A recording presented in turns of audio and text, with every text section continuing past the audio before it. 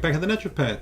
Thanks for coming back to my channel. Before we jump into this video, don't forget, at the end of the video, you can download some free resources that I've created just for you.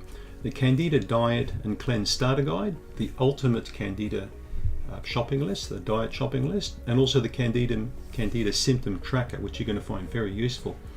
So these are all for free. So at the end of the video, just jump into yeastinfection.org/goodies and you can download these things at no charge at all. If you have any questions, remember you can always ask those and either I can get back to you or the team.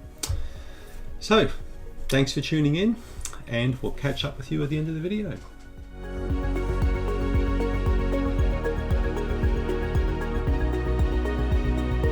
Back at the Naturopath from New Zealand. Thank you for coming back and thank you for subscribing to my channel. I don't say that stuff anymore, you know. Hit the notification bell. Do this, do that. I mean, people get sick of being told what to do. It's nice if you subscribe though. Anyway, God, that was sneaky, wasn't it? Here's an interesting question. It's a long-winded one. Help! I got my GI map test results back and my Candida, leaky gut results and opportunistic bacteria are all in the normal levels. Then why am I still having reactions to sugar, yeast, and I keep on having these symptoms? This is so frustrating. Please help me. Well, to me that's like reading. I've got all my flame-proof clothing on, but every time I hop into a bonfire, my butt still hurts. It feels like I've got flames around my butt and my hands, and everything's like hot. Why is it so? Well, what the hell are you going into the fire for? You know, why do you need to do this? So I really try and implore people to stop eating refined sugar, okay? Now, it's easy for a guy like me to say that. I'm a beekeeper, so I've got several beehives. We've got about, I'd say, 250 pound of honey stored, so it's like I've got my own sugar factory, right? But the honey I consume comes from bees from my garden. It's totally different. I would consume maybe 1 to 2 tablespoons of honey a day. Now that may seem crazy to you, but I've done that now for a long time and I'm not full of acne, I'm not full of autoimmune disease, I'm not farting like a horse, my health is in great condition. I want you guys to remember that sugar is not sugar, okay? So when we buy that white powder in the shop, that's not really sugar, that's basically crap, okay? That's stuff that a factory's made from a beautiful natural resource like sugarcane. That's where it comes from. However, there are many, many, many forms of sugar that you can consume. Some come from factories, you know, some come from nature.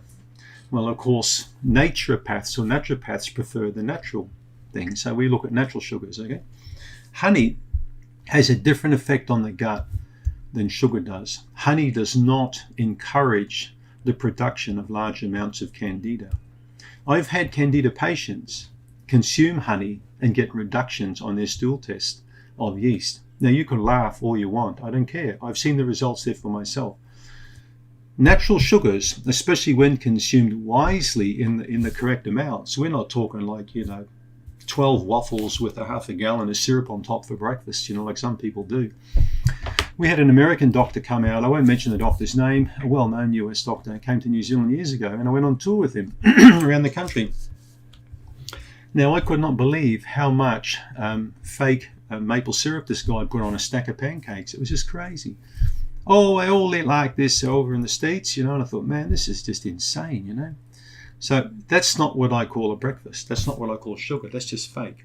So coming back to your question, after that long, you know, winded discussion of mine about sugar, why am I reacting to sugar still? Well, your body's obviously trying to tell you that it doesn't really want you to consume the sugars and the yeasts, and that's why you're having these symptoms. The longer you avoid things that affect you in a negative sense, the more your body can start, you know, coming back into its own right again. I've always found when I drill people, I question them quite a lot. When I used to see them as patients, I found that when people started to seriously avoid all forms of refined sugar, like ice cream, candy, you know, gum, soda drinks, any type of foods or beverages with sugar, and when they really obviously tried to do that as much as they could, then guess what happened? Their health went do. They started to pick up. The bacteria in the gut started to change. They started having less dysbiotic bacteria. They started having less yeasts in there, less farting, less bloating, more appetite. But guess what? Better smell, better taste. My sense of smell and taste is insane. When it comes to all kinds of different foods and flowers and things, I can really smell well. And I believe it's because of my gut health. And the gut health is because of the lack of refined sugar health. So keep the refined sugars out of your diet, regardless of what a stool test says. Okay? This is one of the fundamental principles of improving your gut, is to avoid refined sugar as much as possible. So when you look at a cookie, when you look at something with a refined sugar in it, try and sort of see it like as something vicious, or like a piece of barbed wire rolled up. Or if you put it in your mouth, it's going to just slice all your mouth up, or like it's actually quite nasty. See it in a nasty sense, because that might, implore you to avoid that thing, because it's not nice what sugar does inside your digestive system, in your stomach, in your small bowel, in your large bowel. It tastes good up here, but it's crap from the rest of the way down. So when you learn to avoid sugar, you'll be blown away what your next stool test report will say. We're talking 6 to 12 months avoidance here. We're not talking like just a few weekends and then we're back into donuts again. We're talking like a year of no sugar. And then when you get back into sugar, guess what's going to happen? Blech, that tastes like crap. What is this stuff? Oh my God, it's so sweet, I can't eat it. I spit out stuff now that's got sugar in it because it tastes so vile. And not only that, here's the kicker. When you avoid sugar for a long period of time, and then you put a teaspoon in your mouth, like I've done a few weeks ago, your whole mouth can foam up. You can get all this disgusting taste in your mouth. The bacteria react on it right away. It's almost me dropping a wasp into a bee's nest and then watching the bees go crazy trying to kill that wasp. That's what your mouth will do when you put sugar in there, refined sugar. It will actually start to attack it. It'll taste disgusting.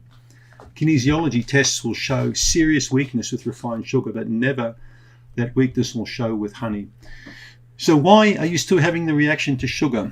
Well, clearly you've got still issues going on there that haven't been resolved or picked up on the stool test. Many people seem to think that exactly what you see in a stool test is what should be representative in your mouth and in your gut, but it's not, right? The gut is massive.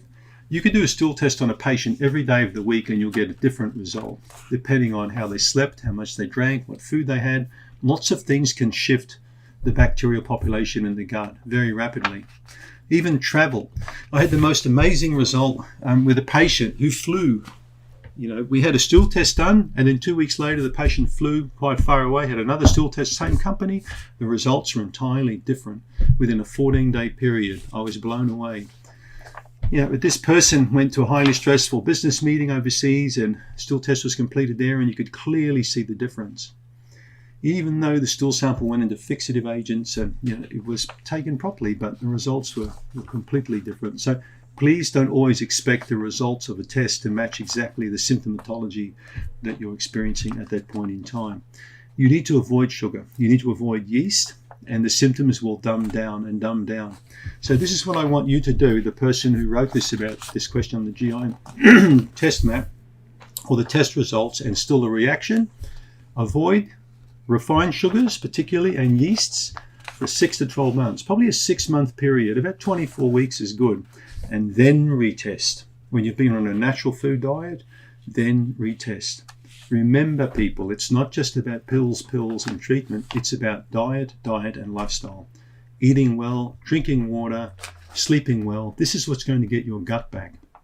It's not just about tests and pills. So I hope I explained that, the sugar doesn't really play a role in a person's gut. So the more you can get the refined stuff out, the better your gut's going to be. Thanks for the question. It's Eric Backer again, the naturopath. I hope you enjoyed that video. Remember, go to yeastinfection.org/goodies if you want to download my free resources I've created just for people like you. These are things I used in the clinic for patients, and you'll find them very useful. It's the free Candida diet, the cleanse.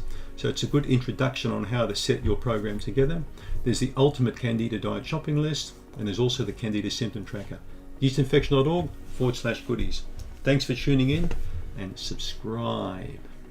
Thank you.